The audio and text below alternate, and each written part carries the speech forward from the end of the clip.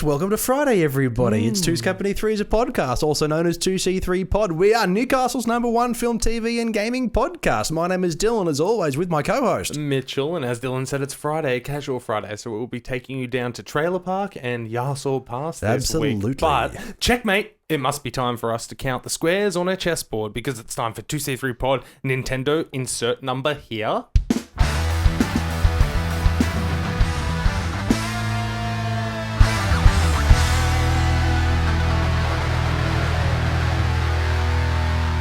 What you looking at, old man?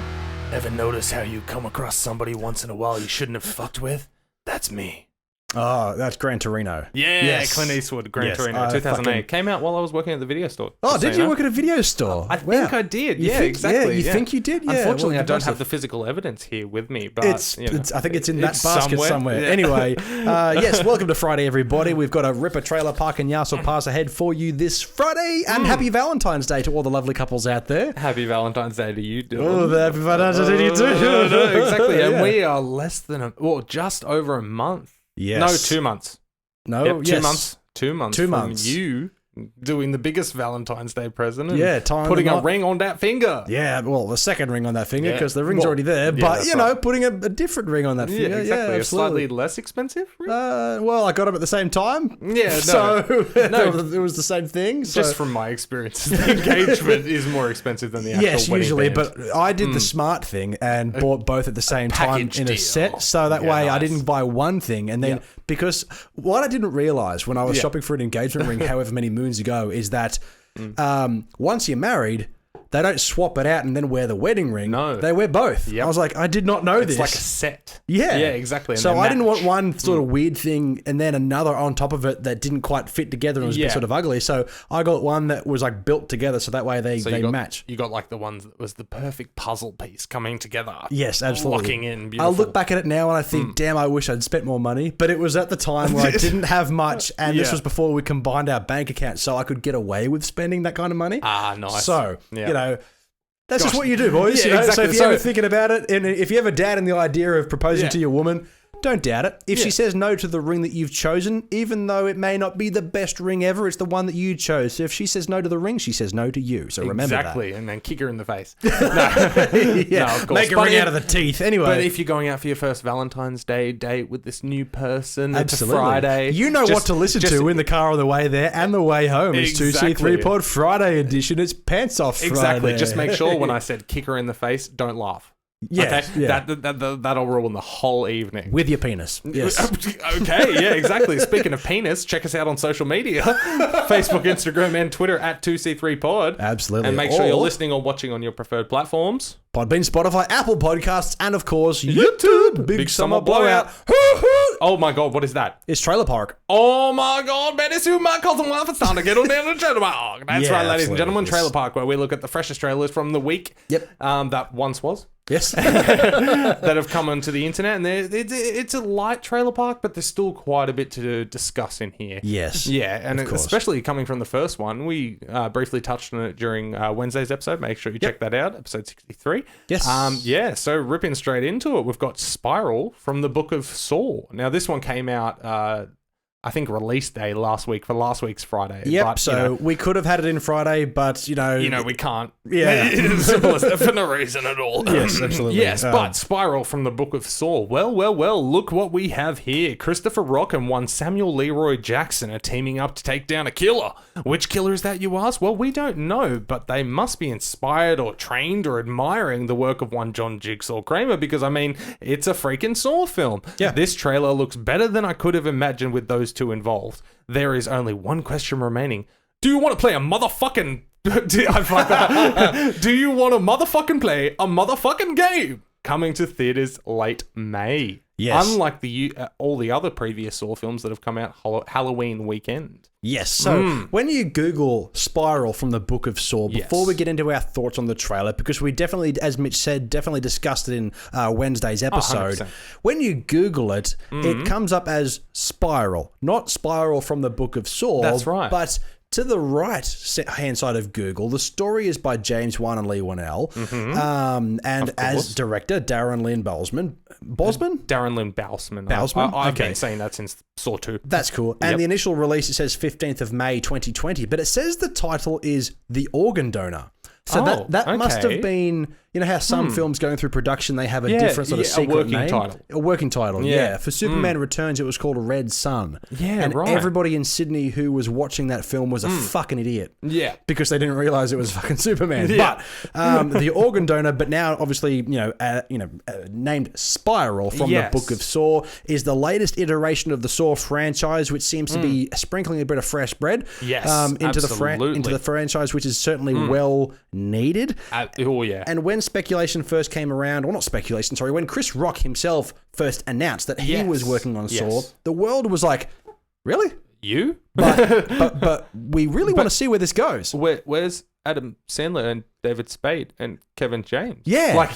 Imagine if they all had cameos, but they were all perfect, especially Kevin James. Imagine if this was the movie that turned your opinion around. Oh my God.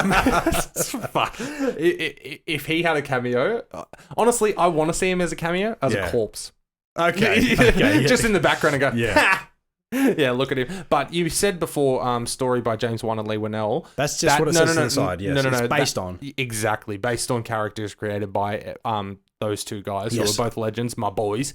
But story is by Chris Rock. Yep. And it's written by Josh Stolberg and Pete Goldfinger. Yes, so absolutely. Those are your writing credits. But Darren Lynn Bousman, as we mentioned in Wednesday's episode, he's returning to direct because he's been there before. He was there for Saw 2, which he also wrote. Yep. And Saw 3, which he, I don't think he co-wrote Saw 3, but he's been around the block with these films before. So I'm curious as the direction of this, where it's a fresh start for the franchise. It's got brand new faces, I assume a brand new location.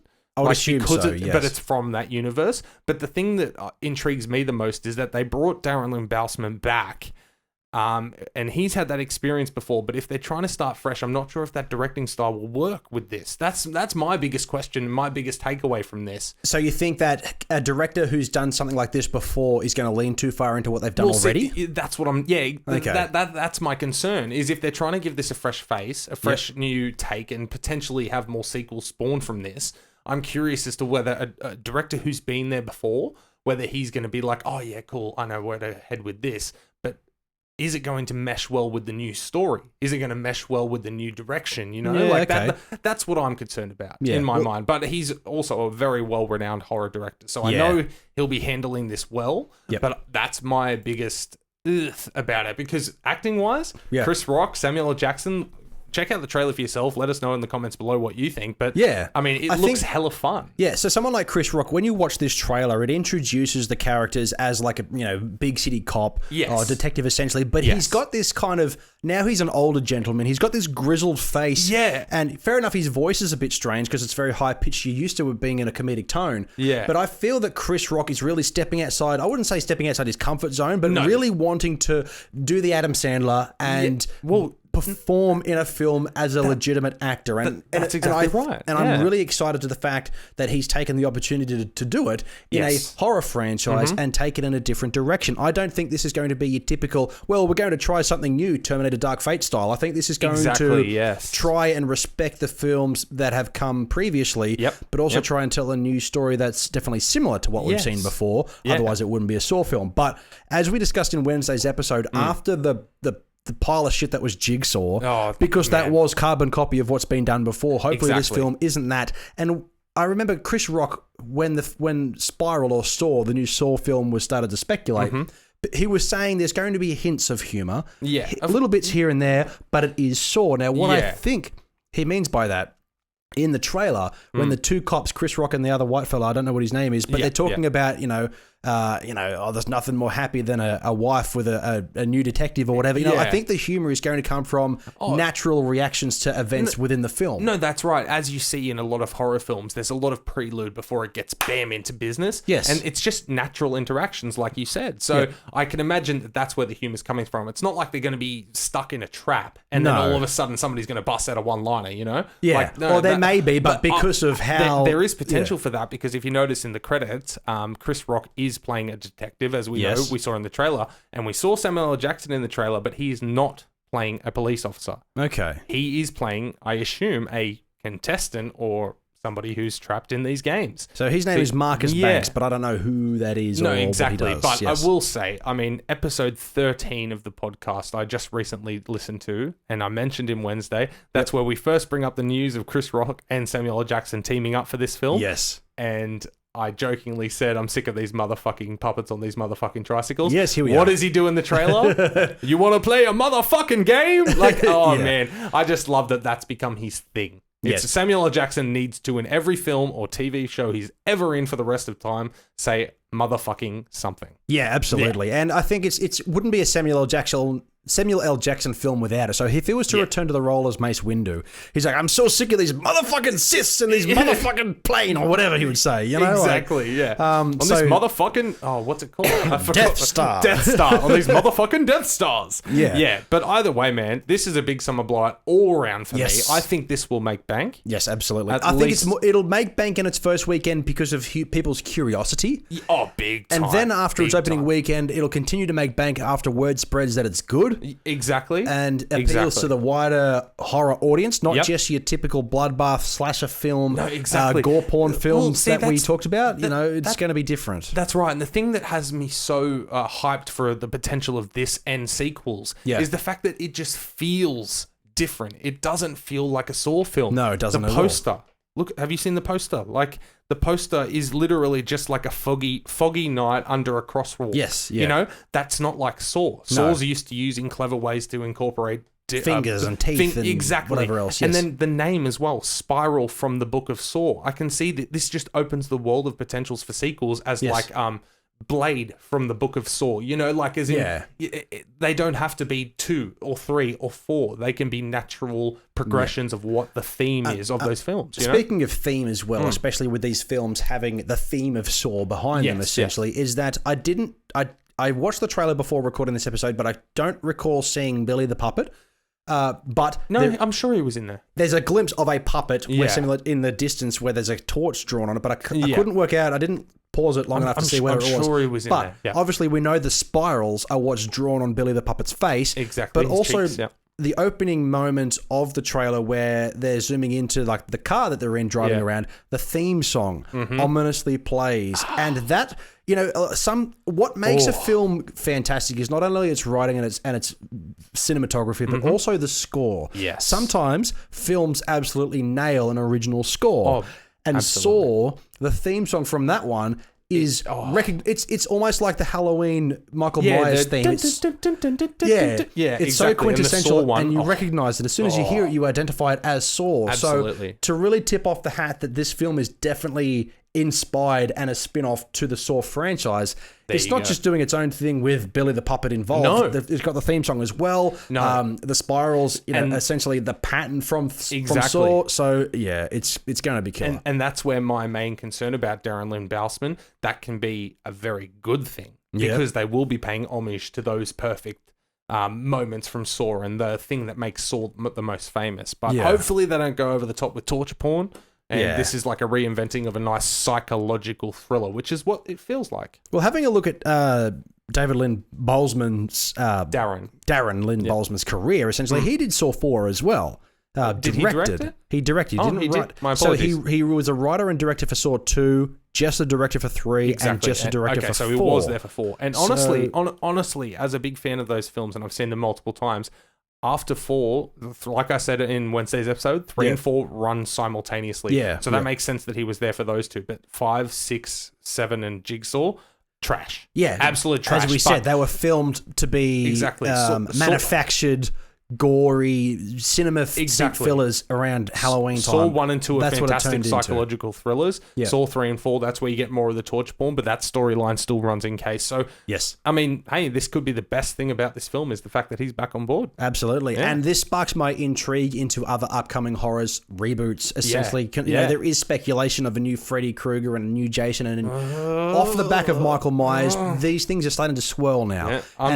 Pinhead, man. Hellraiser. That's what I'm getting to. Oh, sorry. I bring it up every episode now, is that there's always speculation of a new Pinhead and even Gary Tunnicliffe, the guy who's been involved with pretty much almost all of them, who was the writer and director of the last the last one, but writer of the last two, he said nobody wants to be in Hellraiser 10, and Pinhead isn't as big of a character as much as you like to think he is. Exactly. But the number of films in the Saw franchise has caught up to Hellraiser. There is 9 each. Sorry. Yep. Well, Spiral is number Spiral, 9. Yep, yes, of course. So if there is ever to be another Hellraiser, I do believe that with the right casting, the right directing, and the right writers behind it, and away from Dimension Films, because they're the ones who have held it for so long. They're the reason that the film hasn't had the budget and the respect it needs. Yep. Give it to somebody else like Lionsgate or Twisted Pictures is who does these. Twisted Pictures. Or Blumhouse. I was starting this trailer and you see the Twisted Pictures logo coming with the barbed wire and that. I was like, I'm getting so many vibes right now. I love it. Absolutely. Love it. Because that's quintessential in its theme as well. Yeah. But, give the franchise, the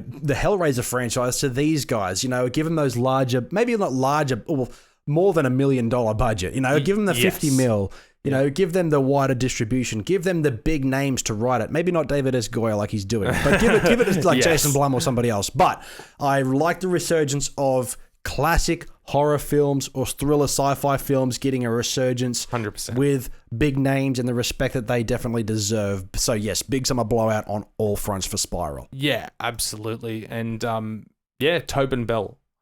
You know who that is? No, he's not credited. No, he's not. So whether or not it's a surprise or he's purely there for the voice, and I hope, I'm not sure. That was one thing that I was kind of hoping for the Jigsaw film, is that he had the Billy the Puppet makeup on the poster. Exactly. And then it wasn't him in the end. I know. And I hope that this isn't him either, but I do hope that he has some kind of credit. I hope that he has a voice in an audio file or something. I was going to say, or whether they're looking at old case files and there's a video of him being interviewed, something like that. Just a little homage. Because if it's from the Book of Saw, maybe the events of the previous movies happened at some point in time, and this is like a copycat kind of thing. That's what I'm most curious about, or whether this is purely based off a serial killer from a different town at a different time with no connection at all. It's just from the Book of Saw because he's another serial killer. Yeah, possibly. We don't know. Or it's pulling a human centipede and somebody's watched the Saw films. And they're recreating. But I mean, that's happened multiple times during the franchise of copycat killers and people who were trained by him and people who knew him and did it as well. Well, let's hope if this film is going to go in any of those directions that it does them better. The one thing that I ask, and I'm sure Darren Lynn Bousman will continue this on because James Wan started it, is the epileptic what do you call it? Sorry, it's like a smash montage, but it was called you know what I mean. It was called like they had a particular term that James Wan coined for that, but that style at the end when they get to the big reveal and maybe a plot twist and all that, I really hope they keep that element to it where it's like exactly and it builds and you realize everything that's going on. Exactly, but this movie will absolutely die in the ass if the plot twist is this was set and John Kramer did it, or so he trained somebody. It will die in the ass. It needs to be original. Absolutely. Yes. Speaking of dying in the ass, this franchise doesn't seem to be doing this at all. This next movie in this line of Trailer Park this week. Sorry, Trailer Park. Minions: The Rise of Gru. They're back. From the world of Despicable Me comes the sequel to Minions. Carrying on the story from the previous films, we see a young Gru trying to get his start in the world of villains by stealing a precious gem from the Notorious Vicious 6. All the regular Minion hijinks ensues, and we're off to the races. Coming theaters 18th of June, 2 weeks before the US. Yes. Now, I know you have zero interest in all of this. I respect have you seen any of the Despicable Me's? Or? I haven't seen a single second of any of those films other than their trailers. I get. That's the thing, though. I'm not going to turn around and go, that's crap. It's all crap. I understand the popularity of Minions. They're adorable. They're the Mr. Beans. They're like 1,000 yellow Mr. Beans. And the reason I say that, no offense to Mr. Bean, he's fucking legendary. No, absolutely. Character. Rowan Atkinson. But because they don't speak typical English, they're funny in any language. Exactly. And they're just clumsy and ditzy and they do things and it's funny. And I get that. The fact that this is called Minions and not Despicable Me, the prequel, because it's based on the lead character of Despicable Me 1, 2, and however many. I'm surprised. I'm not surprised at all, actually, that they're calling us Minions because the Minions, those characters, have just exploded in popularity. Well, you know that this is a sequel to Minions. There's already been a Minions film. And that's set before Gru? Yeah. Okay, so there's Despicable 1, 2... See, okay, I've got... For any new listeners, I've got 2 kids. So I've seen all of these multiple times. Yeah. But Despicable 1, 2, and 3. Yeah. And then there's Minions, which is an origin story for the Minions. And then right at the end of that film is when they meet Gru. Right. And the young boy Gru, who's like Minions 8 years old. Was like a completely separate side story to what we already knew from Despicable Me. Well, the first one was. Yeah. Like, you know, like as in that... yeah, that's their origin story through time. And then it gets to... Yeah, exactly. And then is it interesting or is it... It's okay, but like you said about the fact that they don't speak English and they speak their... banana. Yeah, they do that. It's pretty annoying. Yeah. Like, you know, like as in you get kids over that a bit. Yeah. Like as in it does get to the stage where there are other characters and constant dialogue, but... Yeah, and then they meet Gru at the end of that film, and then that's where this one takes off. So this one I'm really friggin' excited for because Steve Carell is back as Gru, and I mean, I love Steve Carell. And, so do I, and Despicable Me 1, 2, and 3, they're fucking entertaining. They're good. Like, even as an adult, I enjoy those ones, you know? I've seen them without the kids, you know, because they've just been on kind of thing. That's what I mean. Like, I don't look at these films and go... disgusting dumb kids films. I look at these at the same vein of Toy Story and Shrek. No, that's right. Yes, they are primarily for kids, but there is enjoyment to be had. And after watching this trailer, I was like, this actually looks very fun. It looks entertaining. Exactly. Like, that's what I mean. And I think you would enjoy Despicable 1, 2, and 3. Okay. I don't think you'd enjoy Minions as much. Yeah, but it's not too bad. That one's a bit more for the kids. Sandra Bullock is the main antagonist in that one. I like Sandra Bullock. No, they've always got fantastic cast, but having Steve Carell back in this, and did you see who else was in the cast? Nope. Well, I believe he's a part of the Vicious Six, which, by the way, is hilarious that there's a nun in there and there's a guy with a lobster claw. I mean, it's classic cartoon. That's why I think it looks good, because it's bonkers. Exactly. It's absolutely bonkers. And one of the... I just realized who the lobster claw was. Okay. It's the one I'm bringing up. Yep. His character's name is Jean-Claude. Like Claude, like a lobster claw. Guess who tell me voices it's him? Jean-Claude Van Damme. It's Jean-Claude Van fucking Damme. Yeah. Yes, so he's in there as well. Only he could self-parody himself to that point. Absolutely. You've got Julie Andrews in there, who's been in there before as Gru's mum. Yeah, you've got Alan Arkin's in there, Danny Trejo. Oh, well, he's definitely going to die in this film. He's Stronghold, so I think that one with Dolph Lundgren is in this as well? Exactly. Russell Brand is in there as Dr. Nefaria, who's been there since Despicable Me 1. So I definitely have to watch this movie. Well, that's what I mean, dude. Honestly, just watch Despicable Me if you haven't seen that. Okay. If you enjoy that, watch the second and the third over time, no rush. And then this one, forget Minions. This is the Minions with a young Gru and when they start to try and build their villain empire. Okay. Yeah. The only thing missing from the Minions movie I found, because it's a prequel, isn't the 3 little girls that he adopts in Despicable Me. Right. So, you know, it's missing that element of like humanism about him. But no, this looks hella fun. If you've got kids, you're going to be seeing this. I'm sorry. It's just a fact. I'll be seeing this with my kids pretty soon after the weekend when it comes out. And no, that's fair enough. I respect, as I said, Illumination, the company. Yeah. And like I've seen like The Secret Life of Pets 1, I really like. Yeah. But what I like the most about their films, not that I've only seen one of them going off the list. No, I haven't seen The Grinch, the latest one. I've only seen I've only seen The Secret Life of Pets, but I do like when you see a trailer. Yeah. And I know the planet and the internet is oversaturated with Minions. Yeah. But when you see the trailer and he goes, Illumination! Yeah. And he's like squeezing so hard. I was like, that's hilarious. Yeah, that's why I'm surprised you haven't taken the time to at least watch Despicable Me. It's 1 second, and I think that's I like it. I have to admit, it's funny. Yeah, exactly. It's good fun. No, it's good fun. But that's coming late June and early before the US, which is awesome. Yeah, so Big Summer Blowout, it's going to crush it. It's going to do everything. Yeah. Exactly, 100%. And I actually think it will be pretty good now that they've got Steve Carell back. Yeah. As in, I feel like that's what Minions was missing, that first one. But yeah, no, I'm all for this, man. But all right, the final one for Trailer Park this week. I'm going to say, by the way, I'm going to say my double wide is very obviously Spiral from the Book of Saw. Yeah, okay. Definitely. I mean, I don't get somebody's face tattooed on my hand and not be excited when they come back to the big screen. Yeah, all right, absolutely. So the final one this week is Resistance. Yes. Resistance tells a brutal story about a group of people rising up against the Nazi campaign. Set at the peak of Hitler's powers, Jesse Eisenberg leads a charge to smuggle children out of Germany who were orphaned because of the tragic events. Coming late March, and according to IMDb, coming late March to the internet. So I assume a streaming service of some kind. Yes, absolutely. So I don't know anything about the story, essentially, other than what we've seen in the trailer so far. But it is based on a true story, apparently. Portraying the role of Marcel Marceau. I was going to say he was making a fake passport, and he said, "How about this name?" It was Marcel Marceau. And I immediately know that name, but I don't know why. He's a French actor, mime artist, most famous for his stage persona, Bip the Clown. Okay, that's why I know. Okay, all right. So I assume... He born 1923, died 2007. So this is telling a true story of a guy who was existing in the modern day and age. Yeah, absolutely. Okay. Now, the opening scene in this trailer, Jesse Eisenberg's character is walking through a busy town square, busy city street in the 1920s, essentially. Well, no, it'd have to be the 40s, wouldn't it?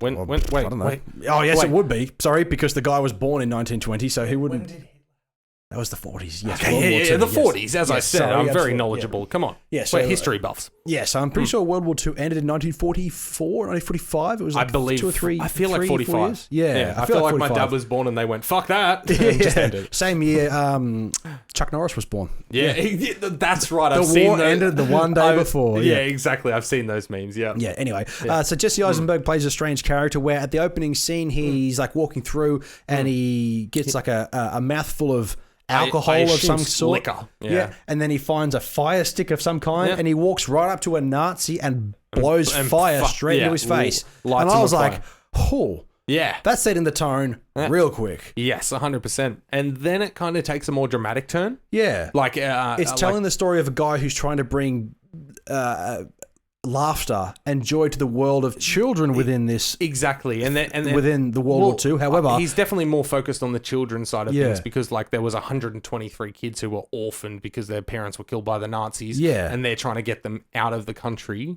to safety through to France, I believe. Yeah. Yeah, well, it's from the French Resistance. So that's one thing that kind of threw me off about some of the accents in the trailer is that sometimes it sounds like the French slips a little bit because they're American actors. But in the film, you may not notice. So I think this is going to be quite good. I think it looks really good. It was last week we had Vivarium, right? Yes. With Jesse Eisenberg. Yeah, so 2 weeks in a row we got a Jesse Eisenberg trailer and both of them look decent. Yeah. Like quite decent. Like, as in, I know you don't mind a good war film. Oh, I love a good war film. But especially set in the 1940s. I have a soft spot for sometimes true, but also mainly like alternative World War II history. I love that thing. Well, this one may not be so war-based, you know? It's more story-driven or around the characters and who lived at the time. Exactly, but I still feel like you might get your money's worth out of this one. Yeah. And Jesse Eisenberg, he's a fantastic actor. Yes. He seems to just be giving himself more credibility every time he steps in front of the camera. Yes, and absolutely. This one, taking the Robert Pattinson route. Remember The King, I believe it was, from Netflix, where he had that French accent. I'm curious to see how he can pull this off, you know? Like, Robert Pattinson didn't do a bad job. That was pretty good.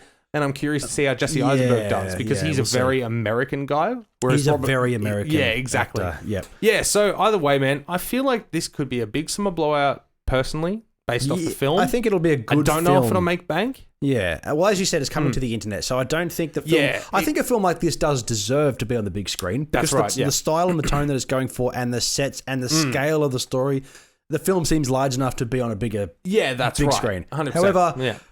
because things come to the small screen now doesn't mean they're bad. These days, some of the best films are coming straight to our streaming services. So, Resistance does look like a good time. I don't know. As I said, I don't know. I'm not familiar with the story behind it, so I'm intrigued to find out more, especially about this Bip the Clown character. If you go onto Bip the Clown or Marcel Marceau's Wikipedia page, the main picture is him from his miming days in 1971. It looks like the Joker from Joaquin Phoenix. Oh, really? Absolutely. Holy crap. It's fantastic. Wow. Yes. Spot on. Spot on. Oh, wow. Yeah. Yeah. Okay. So this guy was an artist, and it'll be weird looking at this image. It'll be weird to see what Jesse Eisenberg's characterization will be. Exactly. But obviously he didn't know the guy. But I'm looking forward to it. Whether I'll check this one out, I don't know. But if it does come across and I do see it, and we go, yeah, man, we've heard some good things, I think we'll be checking this one out. Yeah, absolutely. And it's just, like you said, it depends on which streaming service it does come to, you know? Yeah, but either way, man, Jesse Eisenberg, 1940s, Hitler, Nazis, you know, killing them. Burning their faces with spit and alcohol. That sounds like a good time to me. But,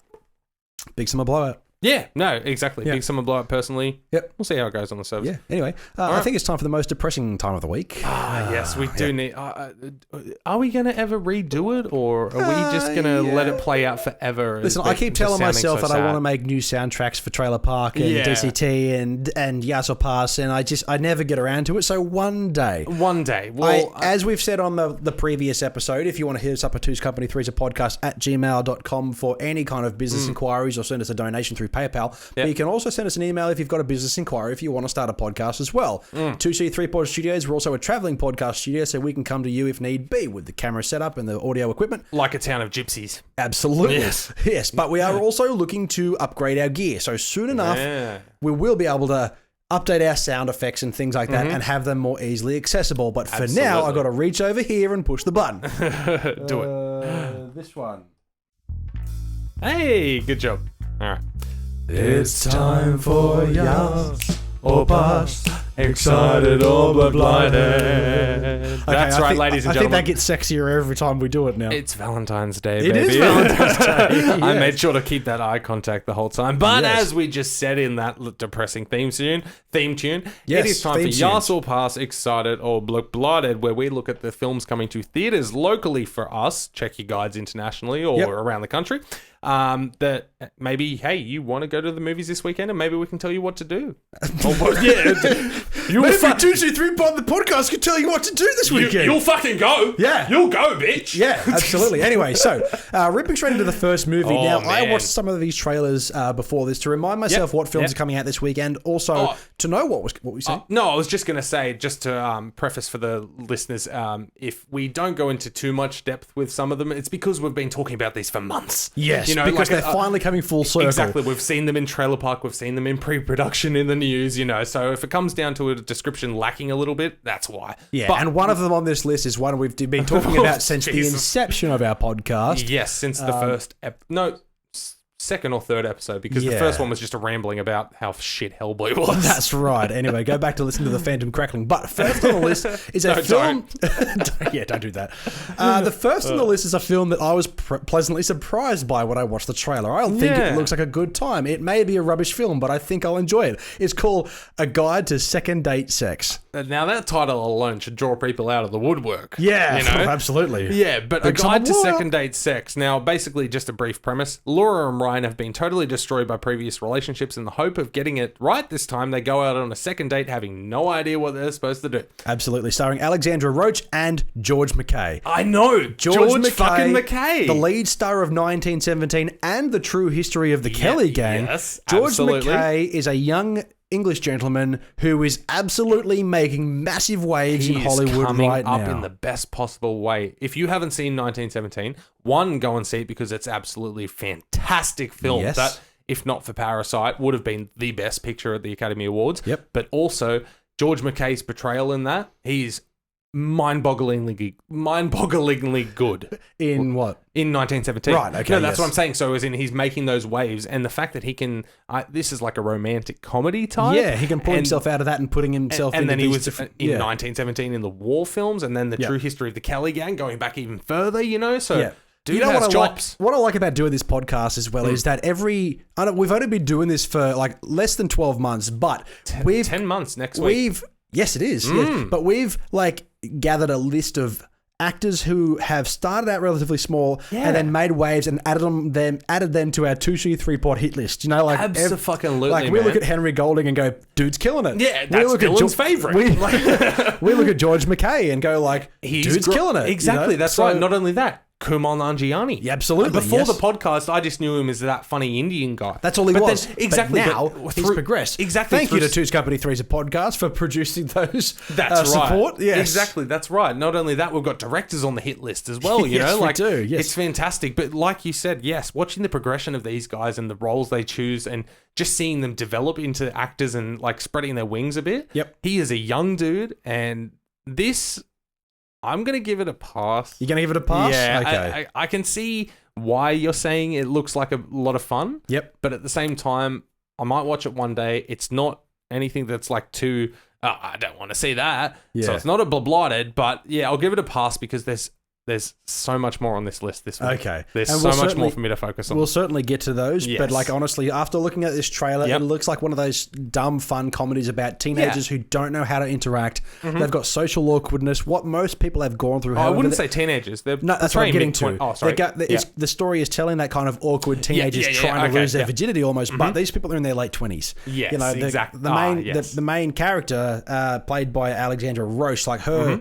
Like she says in the trailer that she's 28 and she's been trying to find a man and it just doesn't work out. But it seems like George McKay's in the same boat. So there's that really awkward back and forth. He's getting calls from his best friend while he's obviously out there chasing bitches, essentially. Yeah. He's talking to his mate who has no idea on what to do, and the advice that he's receiving isn't helping. No. And I think that's hilarious and relatable, so I'm going to give this a yes. I honestly think I'll check this one out, because not only is it pay week, which means I may be able to afford 2 movies in 1 week, I honestly think I could convince Taylor to go see this with me, so I'm looking forward to this. It looks like a good couple movie. Yeah, absolutely. Especially for Valentine's Day. It's Valentine's Day. Yeah, exactly. But I completely get what you mean, man. All of that makes absolute sense. Yes. All right. The next one on the list is one that I'm curious about, man. Yep. It was in Trailer Park a couple of months ago. Yep. Emma. I get it. Yeah, exactly. Yep. Emma. So in 1800s England, a well-meaning but selfish young woman meddles in the love lives of her friends. Yes. Yeah. So basically, this tells the story of, like I said, 19th century. Pick one. No, I'm trying to figure out, you know how like the 1900s, that's actually the 20th century. Yes. Yeah, so 1800s. Yeah, you have to count back. It's kind of like 24-hour time. 18 means 6. Yes.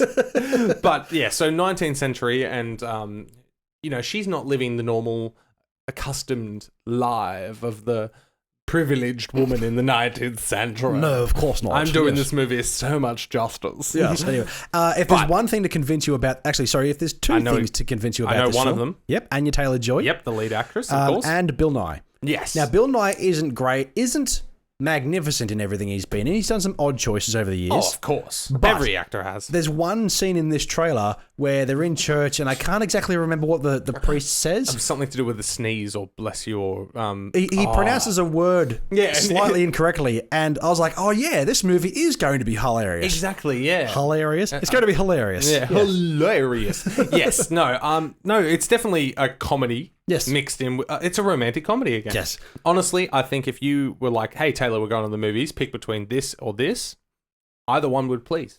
I think, she wouldn't pick this one, just going off. She doesn't like the old settings? Yeah, like she would look at this and go, but if she watched it, she'd probably go, that was funny. Exactly, that's right. I think Anya Taylor-Joy is really fucking good. I've said this before, and I'll say it again. She's on a hit list. Absolutely, yes. Young actress on we've a way seen to her the top. progressing, absolutely. And she's only done good things so far. Yeah, absolutely. From what I've seen. And Bill Nye, like you said. Yeah. One other thing and I just had to throw out there, this is based off a Jane Austen novel. So, I mean, she's had how many adaptations over the last friggin' 50 years or whatever, so it's going to have some substance to it. Yes, absolutely. There's going to be some care and attention to this film. And one thing that really stood out in the trailer to me as well, I know it's not Trailer Park, we've already talked about the trailer, but I watched the trailer. There's an insane violin track behind it. And I'm just like, baffled. You love that. Yeah, I was like, absolutely. holy fuck, that's got an original score and it's got care and attention to detail. So I think Emma is going to be pass because I'm not racing to the cinemas to see.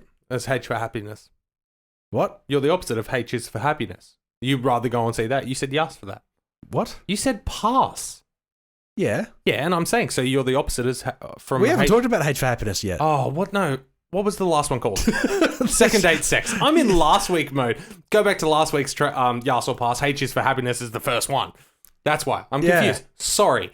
So you're opposite from second date sex. Yes. Okay. So I'm going for Yas for second date sex. I'm going for pass for Emma. Okay. Because I will watch this one day and I think it looks good, but it's not my top pick for this weekend. Yep. Okay. Well, this one's a pass again because basically the same thing. I can see myself sitting down and watching this happily one day, but at the same time, there's just so much more on the list above it. Yeah, absolutely. Well, speaking of what's next on the list, let me know. Oh, well, okay. Well, the next one on the list is one that's been coming for ages, and it's finally coming out. Being Valentine's Day, it's got to be romantic. So Yes, we've got the romantic comedy Fantasy Island. Yes, where all your fantasies come true. That's right, exactly. It just seems lighthearted and a bit of fun. Nah, fuck that noise. Yeah. This is Fantasy Island, bitch. Go to the island and we're going to fuck you up. Basically, yeah, exactly. So, a group of people go to an island that's essentially Fantasy Island where all of their fantasies get to come to life. But they only get one fantasy each, and each character tends to have the wrong fantasy. That one of the main characters fantasizes revenge on a high school bully. Yep. Another lady wishes her daughter was still alive. Yep. And the island twists it. Yes, the island twists and turns and kind of makes things very strange. Now, this is a Blumhouse production starring the young lady who was the lead actress in Truth or Dare. Lucy Hale? Lucy, if that's her name, then I believe yes. so, yeah. Let's have a quick look. Yes, Lucy Hale. Yep. I think she's a good actress. Yes, I haven't seen her in anything but Truth or Dare, and as much as Truth or Dare and this film will be the PG horror that's catering to the wider audiences. It's going to have that blue M logo next to it when you go to the theaters this weekend. I think Blumhouse is the kind of production company that totally understands that concept. Oh, they know. But they still make quality films anyway. They're decent. This isn't Paranormal Activity 10. No. This isn't that bottom of the barrel, how much peanut butter can we scrap out of the bottom to make a film, to spread it as far on the toast as we possibly can. I think this is going to be a well-crafted, It's not going to be a 7 out of 10 film. No. It's probably going to be a 5.5, 6 out of 10 film.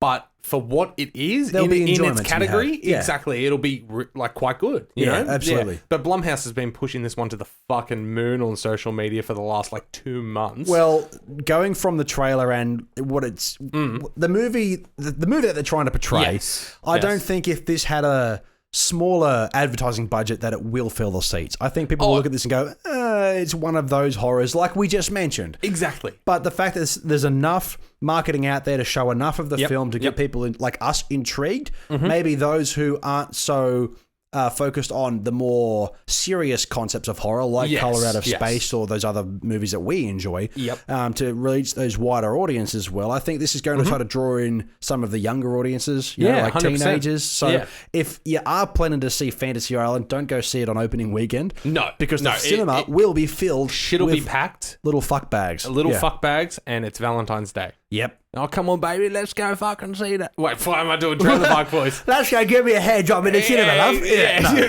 That was a British fucking hillbilly. But no, the most intriguing part about this for me, about Fantasy Island, is the fact that it's the exact same premise as the 1970s, late 70s, early 80s TV series Fantasy Island. Yeah. But they've turned it horror. Yep. Fantasy Island that was just almost like a sitcom where people would go to the island and they get a fantasy, and it was all light-hearted fun in prime time in the 70s and 80s. And now they've turned it into, what if you go to Fantasy Island and you ask for your fantasy, but it just tweaks it enough to fuck you. You know, that's the most intriguing thing for me. So, the fact that they adapted it from that. And I'd like to know how Blumhouse got the rights to that, because I feel like Fantasy Island was a big NBC or ABC property. Looking at this, you know what I mean? Between 1998 and 1999, it was owned and aired on ABC. Which starred started Malcolm McDowell, yes, which is quite good. But then before that, it was 1977 to 1984, also owned by ABC. Yes, exactly. So there were TV series based on Fantasy Island. How they got the rights to this, I don't know. Maybe it's just been long enough. Yeah, no, I'm not too sure. But either way, as in, I fucking nailed that ABC. Just saying. But either way, and the cast as well. The one thing that intrigues me about this cast list, Michael Rooker, Michael Rooker, and you don't see him in the trailer. No, you don't. So I'm heavily. Will he be the guy pulling the strings? Exactly. Is he the head honcho of the island? Is he playing the Malcolm McDowell character? You know, is he playing that guy? You know, but he's off screen. He's hidden away because Michael Pena. He's normally known for some comedy and stuff. Yep. But damn, he looks good in this. He can act, seen him. Yeah, I was going to say. Yeah. So as hilarious as that man is, he can act. Yeah. This one for me is a Yasss. Yep. I definitely want to see this film just out of pure curiosity of the concept. Yep. And I really like Blumhouse pictures, like you said. And but it's not an excited because there's still another 2 on this list that I am chomping at the bit. Okay. Now I know you are chomping at the bit for this next one. Wait, what was yours? rating? Oh, it's a pass. It's a pass. No, sorry, it's a Yasss, because I am looking forward to it, but as you said, I'm not going to race to see it because there are other things on the list. Exactly, and not opening weekend. Unless you're one of those teenage fuckbags, then hey, have a good time. Yeah, please go when I'm not there. Exactly, and hopefully you get what you're actually asking for. Yeah. You know? Or don't. Young women... I know. Let's do this for all our younger listeners. Yes. All none of them. If you're a young couple between the age of 12 and say 17, that's gross. Yeah, I know. And you're on your first or second date with a young cute boy or someone who's kind of pestered you enough for you to say yes to get it over and done with. If you don't want to touch the other person in any way, any way, shape, or any form, part of them, any part in any way, shape, or form, please do not do that. Don't. Because when you're our age and you look back and you speak to women in those predicaments, they all fucking hate those guys and those scenarios. Yep. So please don't be part of that statistic. Be a gentleman. Buy their popcorn and don't touch them. Buy their popcorn, have a good time. You might get a peck on the lips at the end of the night, but be happy with a hug. Yeah, that's right. Be happy with a hug. You are young. There is so much more time ahead of you. Yes. And like Dylan said, they're never going to fucking love you. Yes, absolutely. They will look back and go, that scumbag arsehole. Yeah. This is why I'm glad I went to a private school in high school, because I had no social life until I was almost 18. Okay. Yes. Yeah. So I was lucky enough to never get into those predicaments too, but that's because I didn't know how to talk to women, so I got lucky. That's right. Yeah, exactly. 100%. So, anyway, enough of the after-school special there. Yeah. All right, so the next one on the list is one that I am ridiculously curious about, and the reason my quotes were themed this week. Mm-hmm. Richard Jewell. Yes. Now, I honestly, when this one first came up in Trailer Park a few months ago, I didn't think this was going to get a release here. Okay. I really didn't. As in, I knew it was going to be a big deal, but I just didn't think it would get a release. And here we are with Richard Jewell, the next Clint Eastwood film. Oh, I'm still talking. Okay. Yeah. So listen, basically, it's based around when we looked at this in Trailer Park, however many weeks ago.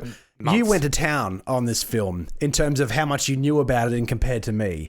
Oh, okay. You showed so much... not that you didn't like it. You showed so much more excitement and enthusiasm towards this film. I like films... So that's why you weren't talking. Yes, I'm letting you take this one because I really like films written and directed by Clint Eastwood. Yes. I really like American Sniper despite its historical inaccuracies, whatever. Yep. I really like Gran Torino, as we said. Brilliant. There's one in the Million middle Dollar Baby. $1 Million Baby with... Don't tell me. Come on.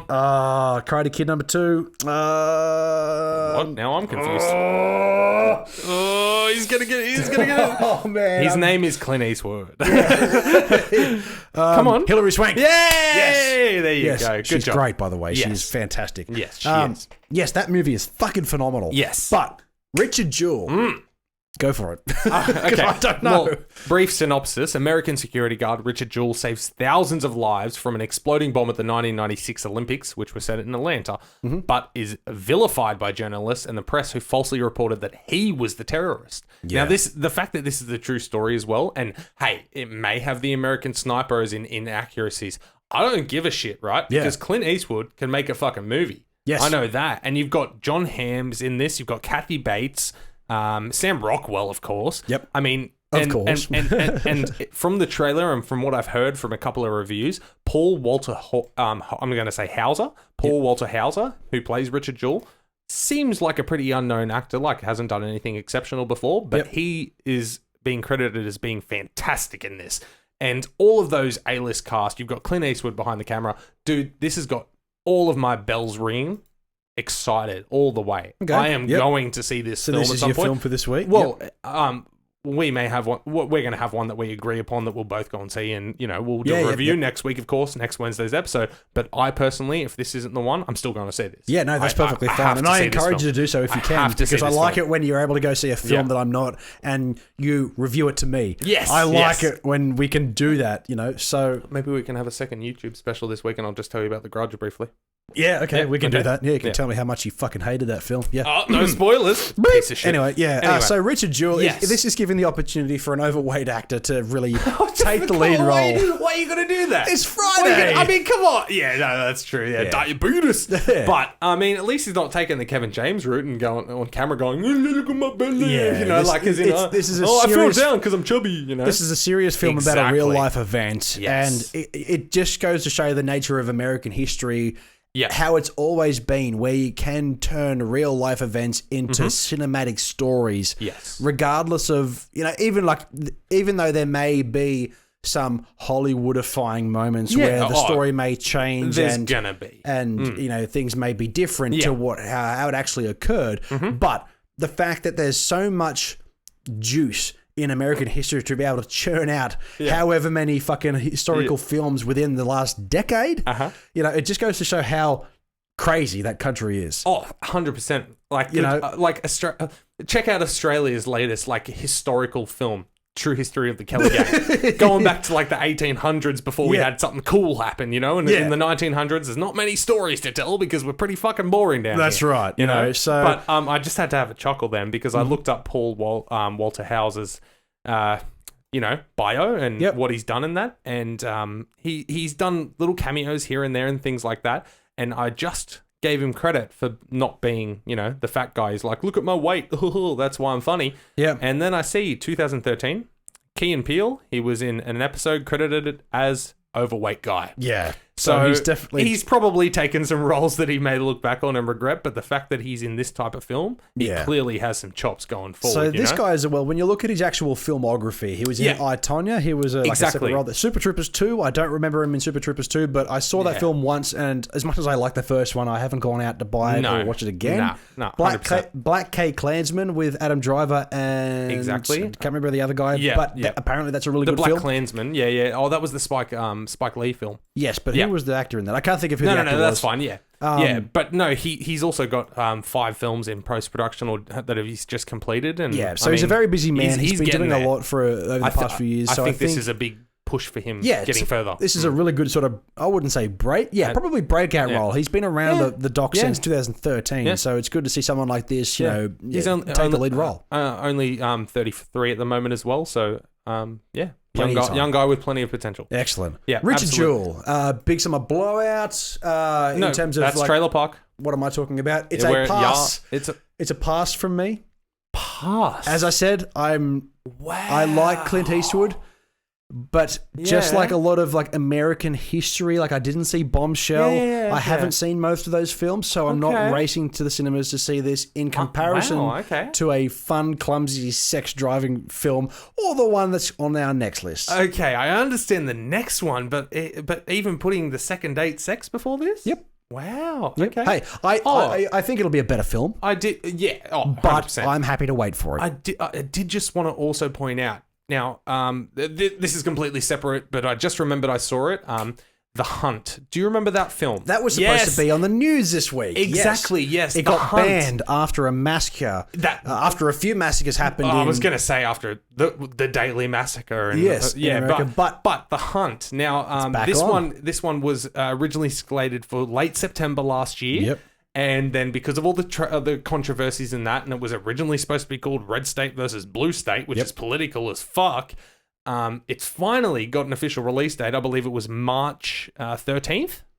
Yeah, March 13th in the US, The Hunt will be coming out. Not sure if we'll get it, but either way, brutal horror film about people hunting people. Yep. And the fact that it March 13? Yes. Is that what you said? Yeah. Yeah, and the fact that it got pushed back and basically cancelled for upwards of 6 months and now finally has a release date for the US. So that's just a bit of fun news, If you haven't seen that, check out the trailer for The Hunt. It looks pretty fucking brutal. I still haven't seen the trailer for it yet, but the description sounds cool and the cast is what I like. Yes. And now it's based on a story written in 1924 called The Most Dangerous Game. So to say that it's based on modern events, it's just based on events throughout history. No, but they've tweaked it. Yeah. They've tweaked it so that the people being hunted are... See, I don't know the politics in America, but the people being hunted are the lesser party.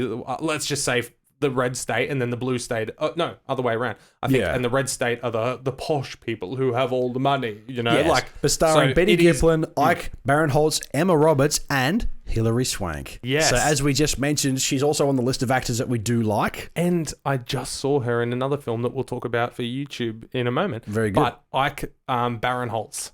Yes. I love him. Yeah. I love him. Yeah. He's a funny dude. Yep. But either way, this is the horror. Anyway, we've got one more in the Astral Pass that we really need to get into. And now this one we have harped on for about, oh God, we've been harping on about this. Like you said. I'm happy to keep this one relatively short this week. Yes, because you could check out almost any episode over the past 6 months, and we've mentioned it. Sonic the Hedgehog. Yeah. It is finally here. After It's all the finally in pushbacks, cinemas. after Yes. all the redos and that, and fixing their mistakes, it's finally here. And we get Jim Carrey back on the big screen, being Yes. Jim Carrey. We've got James Marsden, Yes. of course, who I always love, and Ben Schwartz. Yep. Ben Schwartz, who is that poor bastard, voices Sonic.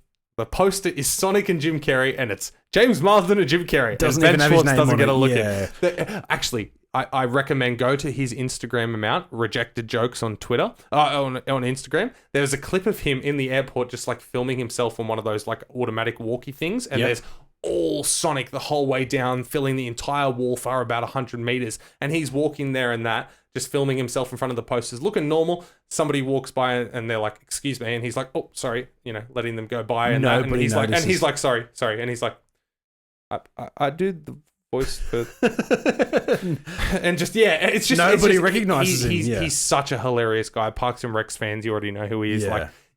So Sonic is here.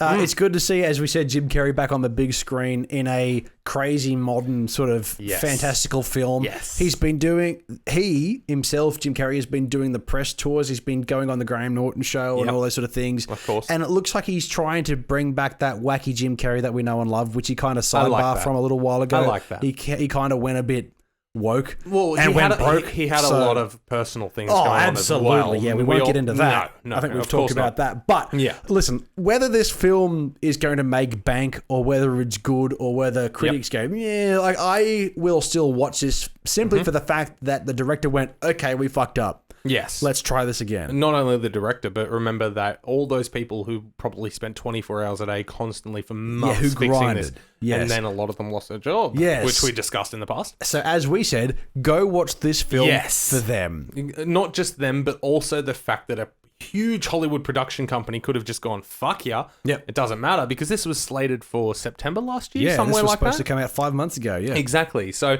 the fact that they pushed it this far back, spent X amount more on top of it, it is time to support this film. Yep. And is this our film this week? I'm going to see it. Yes, I'm going to see it as well. Simple as that. We've talked about Sonic probably the most out of any film on this podcast today. That's what I mean. Not, probably slightly followed by It Chapter 2 and then Joker. Like those are the 3 films since the initiation of this podcast that have been on the tip of every episode, basically. So this one, we have to get out there and support it. Budget got pushed back out to, I think, about 90 mil, something like 95 mil, they're saying. 95 mil, exactly. So it's going to make bank, dude. I guarantee it will make bank just out of A, curiosities. Yep. But B, I think this actually, I'm going to say it now, and I want this to get clipped just in case. Okay. This is going to overtake Detective Pikachu as the highest grossing game adaptation film ever. So Detective Pikachu came out and it was good. It was okay. It wasn't great No. in terms of a film, but I think it was good for what it was. Yeah. And it became the highest grossing video game adaptation. And that, I think this will top it. That sort of goes to show the general public that they can be of a decent quality. Yep. They're not just complete trash like that's most of right. them have been. That's right. So for this to sort of follow that and be the next in that line of video game adaptations, especially with like live action / animation. That's right. Not like a Tomb Raider where it's completely live action. Exactly. I think you're probably right. Yeah, There's a good chance. I personally don't think it will, but I think there's a good chance that it may. No, I understand why this. I think Detective Pikachu ended up with like 720 million, something like that. Yeah, let's have a look. Yeah, no, that's fine. But I think this one, it wouldn't surprise me if it only ended up making 4 to 500 million. I could see that being a number, but if it ended up with about 800 million, I'd get it. 431 million. Is that all Detective Pikachu made? Box office, yeah. Oh, there you go. Okay, well, yes, I'm doubling down now. Okay. And this will become the highest grossing video game adaptation of all time. And it's funny that I mentioned that because I believe you, when we first started talking about this and they just announced the changes, you said, do you think this could become the highest grossing video game? And I was like, fuck no, not a chance. But after everything that's happened, And thinking about I'm confident though, it will. Like on the other end of that argument, though, not to completely disagree and go, No, I understand. Yeah. Pokemon is 1,000 times more popular. I get that. Sonic is popular, but what in the 80s. All right. Well, nowhere near as popular, especially with younger kids now. Maybe the older generation who grew up with Segas and things like that. Yeah. But Pokemon has been popular from 1980 whenever to now. Yes. It hasn't slowed down at all. Yeah. So No, I understand exactly what you're saying. The only reason I say that this is going to overtake it is because of all the issues it had. Yep. If it came out with this animation style the way on it was? September, no, not the way it was. If they got it right the first time, in September when it was supposed to come out, wouldn't do shit. No, but now everybody's curious. Couple hundred million, that's it. But because of all those issues and fucking it up, redoing it, pushing it back 5 months, Jim Carrey in fine form. Yep. Man, I think this is going to have a blockbuster time. Yeah. This is going to be an exciter for me. Yes. I'm definitely going to go and see it because we need to support it. Yes, absolutely. As we've said over the time that we've been talking about it, we've talked about it enough. It's finally here, so I have to say I'm excited for it. Yes, exactly. I'm definitely looking forward to Sonic the Hedgehog. But I'm hoping that it lives up to potential, and if I go and see it before I get a chance to with my kids, I'm hoping I can then go and see it with them as well. Okay. So double down. Unless you go see it and you think it's absolute rubbish and then you're going to dread having to go see it with your children. Well, that's when I don't mention it to them. All right, we're going to go and see Richard Jewell, kids. Yeah. All right, I think that'll just about do it, Dilbo Baggins. Absolutely. That has been our show, Mitchell Harris. Listen, you can find Two's Company 3's a podcast. Did you know that you can find Two's Company 3's a podcast at 2C3 Put on Facebook, Instagram, and Twitter? That's actually news to me. Thank you for that. But also, if you're listening or watching us right now, make sure you're doing it on your preferred platform, because did you know that you could find us on Podbean, Spotify, Apple Podcasts, and of course, YouTube. Big Summer Blur. I did not blur. You throw me off every time you say that. Yeah, blur. Anyway. But also, did you know, and the listeners and viewers, did you know that you can support the show, Two's Company 3's a podcast, over at tpublic.com. Get yourself a t-shirt. Yeah, you can get yourself a t-shirt, a mug, a sticker, or a fridge magnet. You know what they're good for? What? Putting things on your fridge. Oh, wow. Like what? Like reminders and scripts and all kinds of goodies. And a printout of a subscription to a service? Yeah, a subscription to what? Two's Company 3's a podcast's Patreon program. We've got 4 tiers you can join for Patreon exclusive benefits. Head over there now and chuck in $1 or $2. That is insane. And you know what's crazy? Did you know? You know what's crazy? Did you know that, like, not only is there a Patreon, but if you didn't want to get tied down with a $2 a month, cheap as chips, subscription, I mean, you could do a one-time donation at PayPal. And I think that email was Two's Company 3's a podcast at gmail.com. But did you know that email could also be used for business inquiries? Absolutely. Because as Dylan said at the beginning of the show, we're trying to produce podcasts for other people. Yes. So, I mean, hey, get amongst it.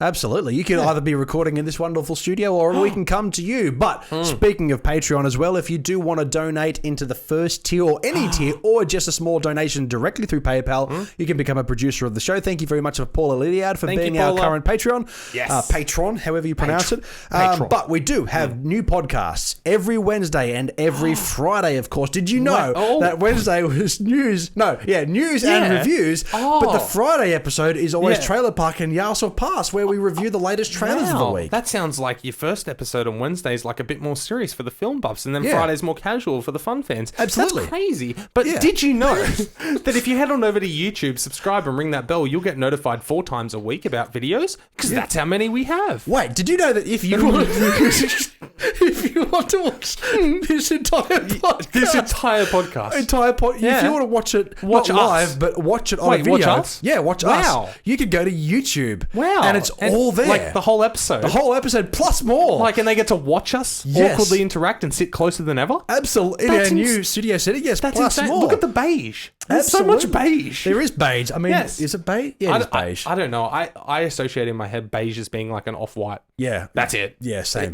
Like, that's beige. That's beige. My shoes are slightly dirty, so they're We're clearly beige. Men. Yeah, our skin's beige. Yeah, absolutely. Oh, maybe it's eggshell. But Mitchell, did you know that? Thank you very much for tuning in. My name is Dylan, and this is Two's Company 3's a podcast, and always with my co-host. Did you know I'm Mitchell? And did you know that we are Two's Company? And did you know that you are the podcast? Jesus, that was trash. That was crap. Did you know that we just spent 15 minutes of this podcast time saying, did you know? All right, trivia time. Okay. Can you take the first lead? Probably not. I'm going to embarrass myself here, aren't I? Lick that card. In Shawshank Redemption. No. Oh, okay. What do all the inmates claim? I've never seen that movie. So, they're innocent? Well done on taking the lead. Did I get that right? What do they claim? They're innocent. I got that right on a movie I haven't seen. Well done. Dylan has taken the lead. First lead of the year, ladies and gentlemen. Jesus. Thanks for tuning in. Love you. Hey, thanks for checking out that video of Two's Company 3's a podcast. We really appreciate it. Wasn't it really something? Why don't you drop a comment down below while you're still here on what you thought about that video. And once you're done, go check out the next video. Feel free to hit subscribe as well. I think it'll be a really good investment for your future.